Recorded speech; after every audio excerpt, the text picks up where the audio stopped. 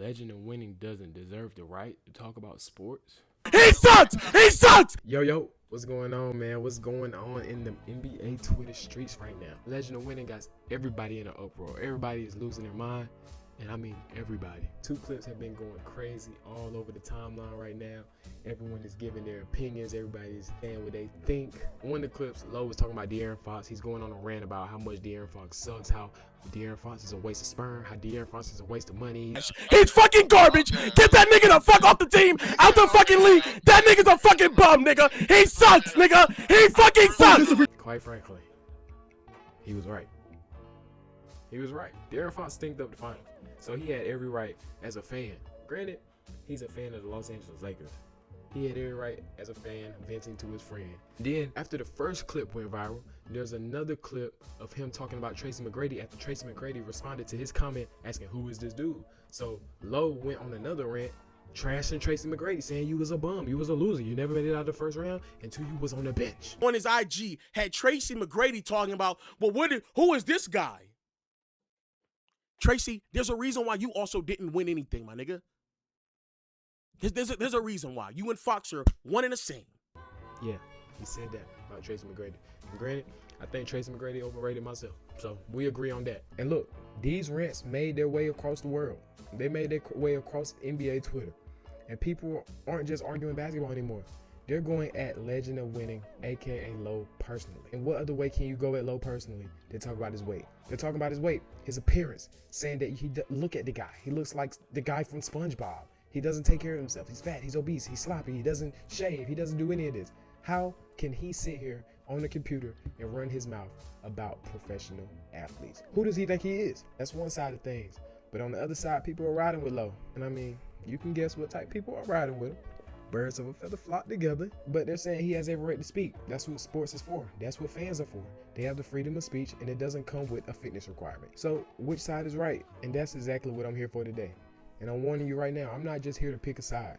I'm not here to clown nobody for being fat, and I'm not here to ride for the other side. I'm just giving you a real balanced breakdown of this whole situation. Because this isn't just about Lowe. This is about a bigger question. Who gets to have an opinion? So let's start with the people who are coming for Lowe, and I mean coming for him. Pause. And look, I get it. I understand the frustration because here's what people are saying. De'Aaron Fox is a world-class athlete. De'Aaron Fox has accomplished more in space of basketball than Lowe could dream of. He didn't just wake up one day and become an NBA player.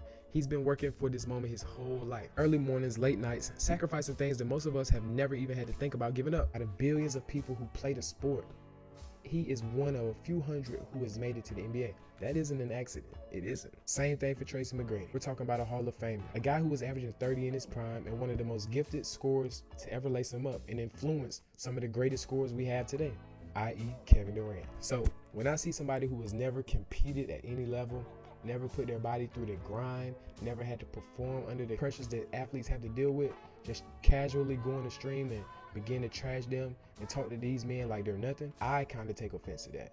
But not just me, the masses take offense to that. And I hear that. The argument holds weight, no pun intended. But here's where it gets messy. Because instead of keeping it all about basketball, a lot of people want to get personal, start attacking his weight, start attacking his appearance, saying things I'm not even going to repeat on this channel. And that's why we got to pump the brakes. Because there's a whole different conversation that arises. On the other side of things, there are people who are defending Lowe. And honestly, this party of people, they have a much stronger argument than the people saying that Lowe can't talk about sports because he's obese. Honestly, they have a strong argument. First of all, he was on his stream, talking to his audience, talking to a friend on the phone. Granted, he did have another rant where he was talking directly to his stream. So, all right, I guess that negates one point.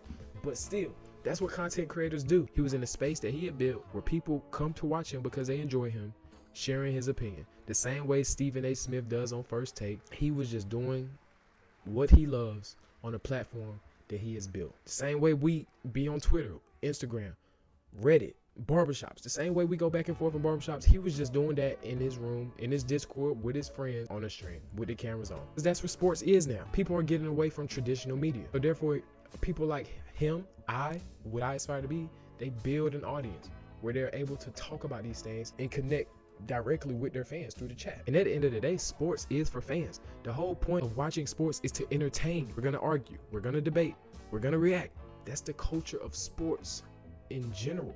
Yes, the players are there for entertainment, But the people on the other side, that's what we do. Here's the thing that a lot of people aren't thinking about. You don't have to be a politician to talk about politics.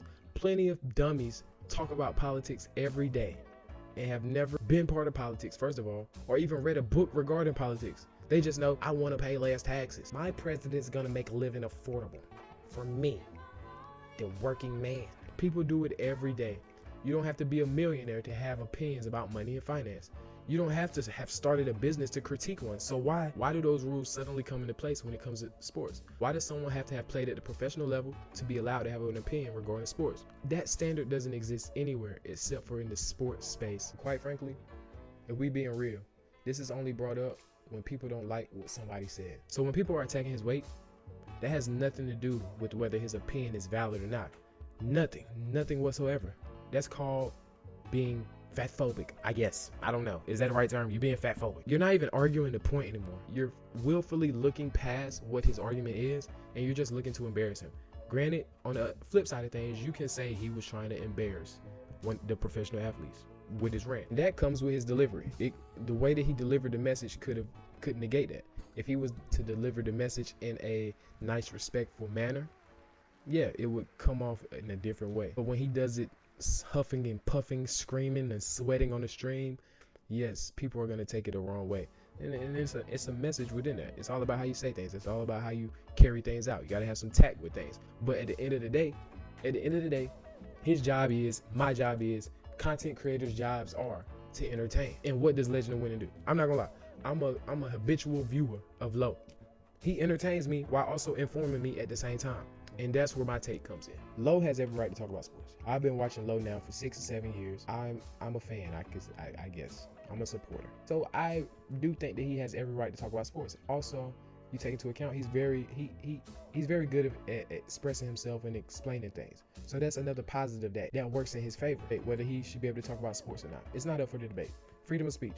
He has the freedom to speak about sports however he wants. He's a fan. He has a platform that he has built by sharing his opinions.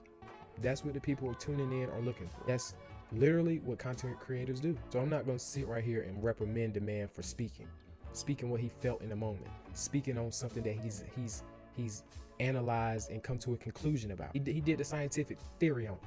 He analyzed, he saw, and came to a conclusion and expressed it. But this is what I will say. Having the right to say something doesn't mean that you're saying it right. And when you have a platform that you have built where you're amassing thousands of viewers at a time, the words carry more weight than someone like me who's talking to 125 viewers here and there. So it's not like you're just talking to your boys anymore in a group chat or a group FaceTime on the Discord. You're talking to a huge audience who are clipping things up and putting things out there. Granted, it's good business for you, and it leads to more engagement. So it's a positive on your end, but you never know how it affects the athletes. Words can still hurt. Hate that they're receiving can still hurt. You don't know the messages that their family members may be receiving on their behalf. It plays a huge effect on not just them, but their huge circle. So you got to be cautious of what you're spewing out there, especially when you have built an audience that is faithful to you and have them spew that hate out to him. So now instead of just you saying that, he has 1,500 DMs coming to him and another 700 coming to his wife, and then 50 weirdos have found his mom's Instagram and are DMing his mom. So you see how it all plays a factor, you know what I'm saying? So for De'Aaron Fox, say what you want to say about his performance, about his contract, about his playoff moments. This man has dedicated his whole entire life to basketball. We're talking about years on years, hours and hours of training and being in the gym and away from his family, early mornings, playing through injuries like he did this playoff, and he made it. Out of millions and millions of kids who picked up a basketball in their life, he's made it to the pinnacle. He's made it to the pinnacle and been able to take care of himself, and his family and make a career out of it. Same for Tracy McGrady, Hall of Famer who has inspired millions of kids to play basketball and has inspired some of the greatest players that we have today to play basketball and how they play basketball. Now, does this mean that they're above criticism? Absolutely not. Bad games deserve to be talking about. Questionable moments within their careers deserve to be talked about. That's a part of sports. But there is a difference between criticism and disrespect. Criticism says Fox made the wrong read in the fourth quarter and it cost his team. Disrespect says he sucks. He fucking sucks. Disrespect is he's a bum. Why are you paying him this much money? That's disrespect. And when you're building a platform or have a platform that you have built, people are tuning in to hear your voice. Might get a reaction, they might garner engagement, but they don't build respect in the long term. You never know how your paths may cross with De'Aaron Fox. You never know how your paths may cross with Tracy McGrady. when you see these guys in real life, you can't put your head down. You're gonna have to keep that same energy with them that you had over the stream. And if you're willing to carry it out like that, do it. But if you're not, be careful with how you speak. And the same thing for those people who are attacking Low regarding his weight and his appearance. Y'all wrong for that. I mean, it's an easy shot. That's a layup. That's a right hand layup. It's an easy shot. But that's not a valid argument, and it will never be when expressing your frustration on why you think somebody shouldn't have an opinion regarding sports. I understand where you're coming from, but it's just not right. Don't fight hate with hate. Show him some love. He might need it. These athletes have earned their spot, and sometimes they might fall short. Sometimes they might have a bad game. Sometimes they might have a bad series. The same thing can be said for content creators in Low. They have built their platform. They have earned their spot.